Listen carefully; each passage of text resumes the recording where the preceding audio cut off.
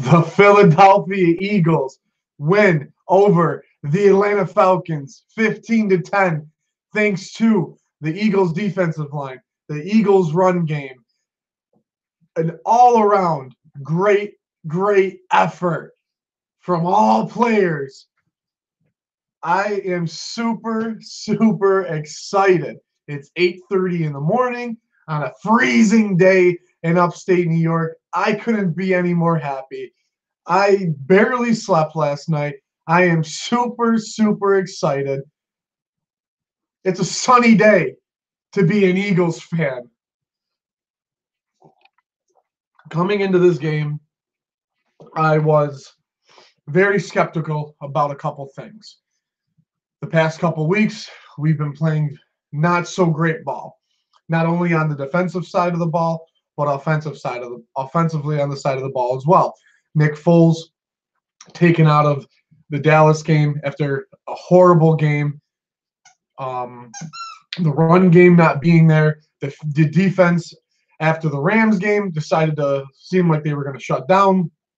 It's been a long 2 weeks, and then the bye week happened, and oh my God, to come out to be the underdog as a number 1 seed, which I could honestly see why, because the Falcons had a statement win over the Los Angeles Rams last week, holding the best offense in the league to a low amount of points, and I couldn't be happier. I'm still rejoicing. I'm literally, once I'm done with this, I'm going to go watch the game again. I am super excited. Once again, the Eagles just showing the resilience and showing the fact that they can win when all odds seem to be against them. So coming into the game, like I said, I was very skeptical about Nick Foles. I was very skeptical about our offensive line. How are they gonna protect Nick Foles? How are they gonna help the run game going? And I was also on the defensive side of the ball. Our corners were not looking very well, and boy, I was on the edge of my seat watching the game yesterday from start to beginning. So it all starts with Nick Foles coming out. The first half, it was very it was a very wonky game from all sides of the ball. Nick Foles was a lot of overthrowing. To me, seemed very nervous. And obviously the run game as well. I believe that Jay Ajayi and LeGarrette Blount both fumbled on both of their first possessions. And I was like, oh boy, just again, the Eagles. Here we go again, being the Eagles. And like I said before, like the Atlanta Falcons being the 6th seed, they're more dangerous than everyone thought they were. And they were very dangerous. I mean, like I said, they had a statement win over the Rams last week, a very young Rams team, and they have a lot of experience coming from a guy like Matt Ryan, who was the MVP of last year, and then you have all these playmakers on the offensive side of the ball between obviously Julio Jones, Devontae Freeman, Tevin Coleman, Taylor Gabriel. It was a nail biter. I was genuinely nervous for this game, and I think I wouldn't be as nervous if Carson Wentz was in the game, but credit to everybody in the Philadelphia Eagles organization from the bottom all the way up to the top, and I couldn't be more happier. So we come out in the first half, and like I said, Ajayi gets the fumble. He tries to get the extra yards, and Nick Foles did a lot of overthrowing. Just the nervousness. I feel like I just feel like he's nervous. You know, I feel like being in Philadelphia. You know, obviously the fans are crazy. We're all nuts, and it was a rough first half. I mean, it realistically was. I mean, the Falcons defense, after they played a really good game, I mean, but boy, after that fumble by Jay Ajayi, man, he didn't stop. We kept feeding him the ball. He was getting extra yards, and even when I watched Ajayi in Miami, I mean, I know he had a couple 200-yard games, but he didn't really. I mean, a lot of the times he was just open to run. But in this game, man, he just kept pounding the ball, and he was doing spin moves, and he was breaking off guys, he was bouncing off guys here and there, and he was getting those extra yards. He was proving that he could be the number one running back for us. And oh my God, it was insane. It was so insane. But like I said, the first half was very, very, very, very nerve-wracking, and we ended up coming out of the second half, and the Eagles defense. Wow, the Eagles defense, man, that defensive line just it shows that it can be the dominant line that it could be. I mean, between Bo Allen, Fletcher Cox, Timmy Jernigan, and Brandon Graham. Oh God, holding Tevin Coleman to 10 carries for 79 yards, Devontae Freeman 10 carries for 7 yards. Oh my God. And that was honestly the thing I was worried about the most was Tevin Coleman and Devontae Freeman. I feel like we were going to be able to get enough pressure on Matt Ryan, but Matt Ryan just continues to show that he was MVP of last year. I mean, he was making unbelievable throws, and he was able to move out of the pocket a lot. We weren't able to get to him that much. I believe we only had 2 sacks in the game, but we were able to get enough pressure on him to get him a little shaked up. And what I love the most about this Eagles defense is that we were getting them stops on 1st and 2nd down, which caused the long 3rd and 8s and the 3rd and 9s. And a couple of times it was like it was like 3rd and 10. We were stopping the screen, and we were stopping everything. And it doesn't stop at the defensive line. I mean, Fletcher Cox played just an amazing game. In the words of the Bitter Birds, deep penetration. I mean, the guy just didn't stop. Like he couldn't not be stopped. And Brandon Graham just showing how good he can be. And Bo Allen I think Bo Allen's very underrated. No one really talks about him, but he just sticks, and he stabs, and he's so good. And Timmy Jernigan, he's so amazing too. Oh my God, I love it. And our linebackers, I mean, as thin as we were since Jordan Hicks has been out, I mean, Michael Kendricks had a couple great plays. Nigel Bradham, former Buffalo Bill, just had a fantastic game too. And even our corners, which is where I was most nervous about, Jalen Mills played a great game. And Ronald Darby, who statistically doesn't, like I said, he doesn't get a lot of picks, but he was predominantly on Julio Jones. And I know there was a couple plays here and there where Julio got to him, but to hold Julio Jones to 9 receptions and 101 yards, and obviously, the numbers are kind of, it's very misconstrued. But I mean, even Julio Jones, he might have had a down year, but Julio Jones is one of the most dominant wide receivers in the game, and I don't want to hear it from anybody that he's not. He's a dominant wide receiver. You know what I mean? So for Ronald Darby, a young corner, to be able to stick in that pocket against them, it's amazing. It's amazing.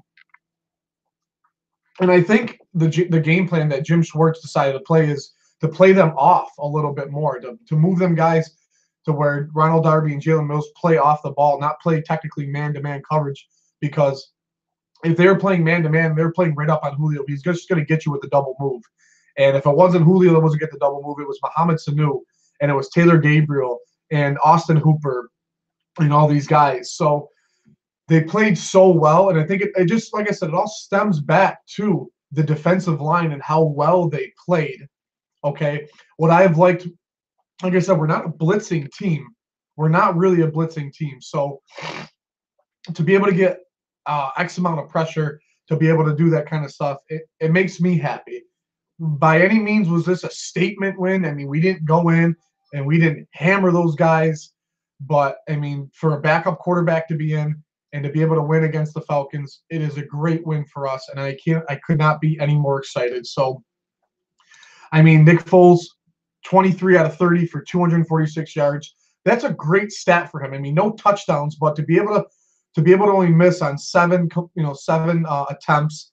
It's not like he was just airing the ball out every single time. but he was using Ajayi, and he was using a lot of his receivers. We were using a lot of our backs as receivers, and that's just how the game is nowadays. It's not like a pound and pound game anymore. It doesn't work like that anymore. But I mean, Alshon Jeffrey had that one drive where he was going great, 4 for 61. Torrey Smith had that amazing catch off the defender. Nick Foles got very lucky, but Zach Ertz had a quiet game, but he made crucial catches. Nelson Aguilar is continuing to show that his first round potential when we got him. A lot of bootlegs, a lot of handoffs to him. He was great, and kudos to Brent Selleck and Trey Burton for having amazing blocks to be able to set up LeGarrette Blount for the touchdown. The only issue that I have is we didn't run the ball enough, in my opinion. I mean, Jay Ajayi got 15 carries. LeGarrette Blount got 9. Corey Clement only got 1 carry in this game, and I think that Corey Clement I think those numbers just have to go up. I wanted to see Jay Ajayi get 20-plus carries. I'd love to see LeGarrette Blount get the 15 carries as well. And I want Corey Clement to get those numbers up. We have 3 great running backs in Ajayi, Blount, and Clement. And you're able to do that. You're able to switch those guys out. You always can have fresh legs in. And you can even throw in Kenyon Barner. And I'm not even sure if Smallwood was even active in the game. I really didn't see him. But regardless, it doesn't matter. We got to win. And that's all that matters. And I'm just looking at the stats. 1, 2. Oh, no. 1, 2, 3. Oh, we did get 3 sacks. I forgot that Roddy McLeod came in. I'm just super, super excited. It was a great game. But kudos to Doug Peterson for having a very, very good coached game. It was just an all-around great game. To only have that offense score 10 points. Wow. And honestly, the score against him with the little scoop-de-doop pass to Devontae Freeman, and I just if the play just developed just a little bit longer, Nigel Bradham would have been able to be there. And I just didn't think that. I think at that point, when Matt Ryan was rolling, and Devontae Freeman just happened to be there, but Nigel Bradham was so close to him that I just didn't think they thought the play was over. Personally, in my opinion, I thought the play was over too, and they ended up flipping it to Devontae Freeman. But to only be able to hold this team to the 10 points is amazing. Jake Elliott, that missed extra point, I was super upset with, but he came back, hit the 53, and he played very, very well. I mean, everybody played very well. I mean, McLeod had a great game. Darby had a great game. Jenkins had a great game. Everybody had a really, really great game, and I'm super, super excited. I could not be any more excited to be an Eagles fan right now. And now we can move on. We can go on to the next game, whether it's the Vikings or the Saints. I can care less at this point. Anything can happen. You see everyone is doubting the Eagles. Okay, now they said, well, last week the Falcons were one of the hottest teams in the NFL. There's no way that the Eagles are going to be able to beat them because the Eagles they're a fake number 1 seed and stuff like that. And now nobody is talking about them. Everyone that shitted on the Eagles, that hated on us, saying that there's no possible way, everywhere from social media to the NFL Network to ESPN to everybody, all those guys picked the Falcons, and to be able to go in and shut them up is the greatest feeling I could ever imagine. I'm so excited. I'm so excited. And kudos to, like I said, just kudos to everyone, man. I mean, and the fans held. Okay, the first half, the fans, they were quiet. I mean, it was a rough game in the first half, but the fans just stayed in there, and they kept just going on and on. And I really do believe that the fans can help with just everything. Okay, when you play at home, it's a different kind of environment, and it seems like it will boost everyone's confidence and everyone's potential to play. And like I said, I couldn't be more happier. I really couldn't, and I'm super super excited. Um, I'm glad I have today off. I'm able to watch the other games. I started watching the Titans game yesterday, and it was just I thought the Titans would have had a chance, but oh boy, man, did they get destroyed yesterday.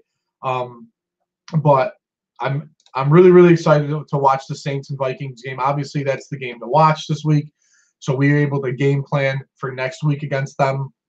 But what I think needs to happen this week, obviously ball safety, because in the first carries for Ajayi and Blunt, they both fumbled. Blunt did get the ball back. Special teams obviously has to get worked on, even though the one punt was kind of a fluke. It bounced off Douglas's leg, hit into Robinson, hit into the other guy. I always forget his name with the long hair. But that was pretty rough. But I feel